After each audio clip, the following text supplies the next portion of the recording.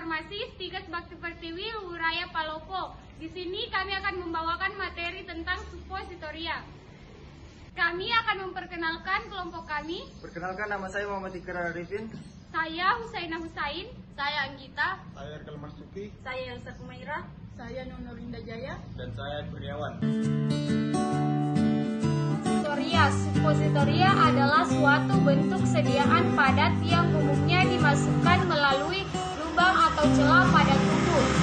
Suppositoria setelah dimasukkan ke dalam lubang tubuh akan melebur, melunak atau melarut dan memberikan efek lokal atau sistemik. Tujuan penggunaan obat bentuk suppositoria yang pertama untuk pengobatan lokal pada rektum, vagina, uretra, misalnya wasir dan infeksi. Yang kedua, sebagai alternatif bila oral tidak dapat dilakukan, misalnya pada pasien debil, contohnya lemas, tidak bertenaga, muntah-muntah, gangguan sistem pencernaan dan kerusakan saluran cerna. Yang ketiga, agar obat lebih cepat bekerja karena absorpsi obat oleh selaput lendir rektal langsung ke sirkulasi pembuluh darah. Yang keempat, untuk mendapatkan paralog action. Yang kelima, untuk menghindari kerusakan obat pada saluran cerna. 1. Bagi pasien yang tidak bisa terima obat secara oral.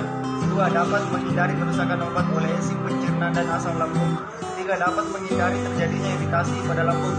4. Baik bagi pasien yang mudah luka atau tidak sadar. Yang kelima, sesuai tujuan pengobatan lokal atau sistemik.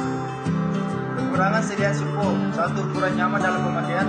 2. Penyebaran tidak merata sehingga efek obat sulit diprediksi. 3. Dapat menjadi tinggi penyimpanan yang lama dan mudah meleleh pada udara yang panas. 4. Titik leburnya dapat turun atau naik dari tembakan pada tertentu. 5. Sering bocor atau keluar dari rektum karena mencair selama pemakaian. 6. Tidak dapat bercampur dengan sekresi.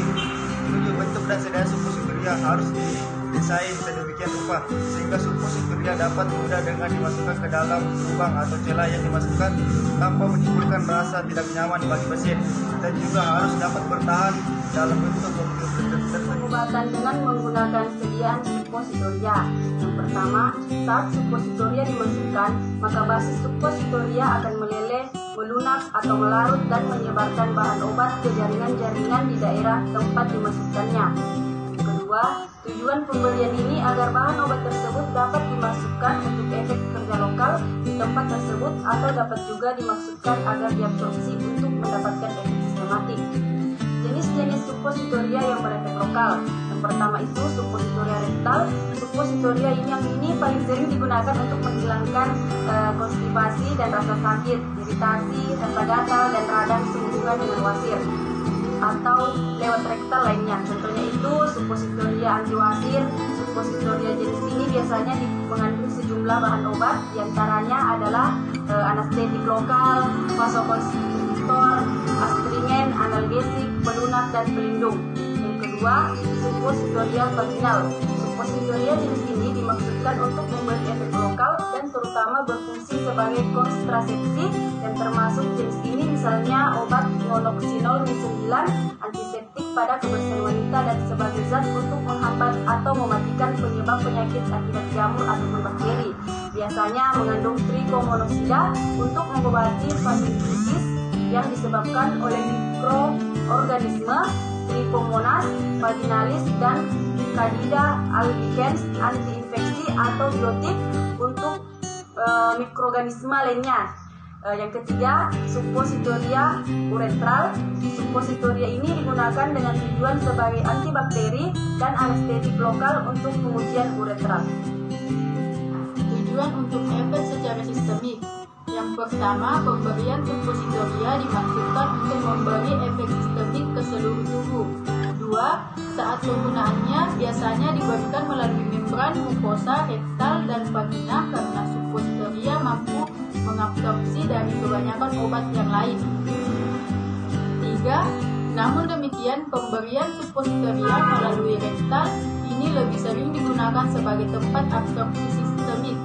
4. Pemberian suppositoria melalui vagina jarang digunakan untuk tujuan sistemik.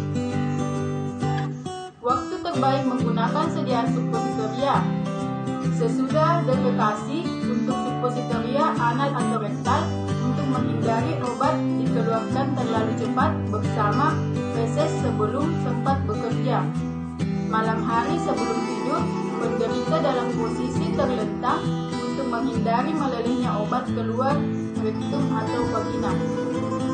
Evaluasi suppositoria menurut Farmakope Indonesia. Suppositoria yang sudah dicetak dapat dilakukan evaluasi sebagai berikut. Secara fisika, 1. Uji kisaran lele. Uji ini disebut juga uji kisaran meleleh makro, dan uji ini merupakan suatu ukuran waktu yang diperlukan suppositoria untuk meleleh sempurna bila dicelupkan dalam penangas air dengan temperatur tetap 37 derajat Celcius. Sebaliknya, uji kisaran meleleh mikro adalah kisaran meleleh yang diukur dalam pipa kapiler hanya untuk basis lemak. Alat yang biasa digunakan untuk mengukur kisaran leleh sempurna dari suppositoria adalah suatu alat disintegrasi tablet USB. Suppositoria dicelupkan seluruhnya dalam penangas air yang konstan dan waktu yang diperlukan. Suppositoria untuk meleleh sempurna atau menyebar dalam air sekitarnya diukur. Pencairan atau uji waktu melunak dari suppositoria rektal. Yang pertama, sebuah batangan dari kaca ditempatkan di bagian atas suppositoria sampai penyempitan dicatat sebagai waktu melunak. Yang kedua, dapat dilaksanakan pada berbagai temperatur dari 35,5 sampai 37 derajat Celcius sebagai suatu pemeriksaan pengawasan mutu dan dapat juga diukur sebagai kestabilan fisika terhadap waktu. Ketiga, suatu penangas air dengan elemen pendingin dan penangas harus digunakan untuk menjamin pengaturan panas dengan perbedaan tidak lebih dari 0,1 derajat Celcius. Yang ketiga, uji kehancuran. Yang pertama, uji kehancuran dirancang sebagai metode untuk mengukur kekerasan atau kerapuhan suppositoria. Yang kedua, alat yang digunakan untuk uji tersebut terdiri dari suatu ruang berdinding rangkap di mana suppositoria diuji ditempatkan. Yang ketiga, air pada suhu 30 derajat Celcius dipompa melalui dinding rangkap ruang tersebut dan suppositoria diisi ke dalam dinding dalam yang kering menopang lempeng di mana suatu batang dilekatkan. Yang keempat, uji lain dari batang tersebut terdiri dari lempeng lain di mana beban digunakan. Yang kelima, uji dihubungkan dengan penempatan 600 gram di atas lempeng datar. Yang keenam, pada inverter waktu itu 1 menit 200 gram bobot ditambahkan dengan bobot di mana bobot suppositoria rusak di titik hancurnya atau gaya yang menentukan karakteristik kekerasan dan kerapuhan suppositoria tersebut. Yang ketujuh, titik hancur yang digunakan kendati masing-masing berbentuk suppositoria yang beraneka ragam ditempatkan sebagai level yang menekan kekuatan gaya hancur yang disebabkan oleh berbagai tipe penanganan yakni produksi, pengemasan, pengiriman, dan pengangkutan dalam penggunaan untuk pasien. Uji solusi. 1. Pengujian awal dilakukan dengan penetapan biasa dalam kelas gejala yang mengandung 1 medium. 2. Dalam usaha untuk mengatasi variasi pada antar muka massa dan medium digunakan keranjang kawat massa atau satu membran untuk memisahkan ruang sampel dari bak reseptor. 3. Sampel yang ditutup dalam pipa dialisis atau membran alami juga dapat dikaji. Alat gel alir digunakan untuk menahan sampel di tempatnya dengan kapas dengan kawat dan yang paling baru dengan manik gelas. Kelima, uji keseragaman bobot. Timbang suppo satu persatu dan hitung rata-ratanya. Hitung persen kelebihan masing-masing suppo terhadap bobot rata-ratanya. Keseragaman atau variasi bobot yang didapati tidak boleh lebih dari kurang lebih 5%. Penetapan kadar sediaan suppositoria dapat dilakukan dengan mencari kadar aktif yang terkandung dalam sediaan suppositoria. Metode yang digunakan diantaranya misalnya dengan metode volumetri, spektrometri, dan sebagainya. Yang kedua, identifikasi. Identifikasi pada sediaan suppositoria ini adalah bertujuan untuk mengetahui senyawa-senyawa yang terkandung dalam sediaan. Paling umum adalah identifikasi dengan analisa kualitatif dan reaksi warna. Pengemasan dan penyimpanan. Yang pertama, suppositoria dikemas sedemikian rupa sehingga tiap suppositoria terpisah, tidak mudah hancur atau meleleh. Biasanya dimasukkan ke dalam wadah dari aluminium roll atau strip plastik sebanyak 6-12 buah untuk kemudian dikemas dalam dus. Yang kedua, sediaan suppositoria disimpan dalam wadah tertutup, baik di tempat sejuk. Oleum kakao disimpan pada suhu kurang dari 30 di dalam lemari es.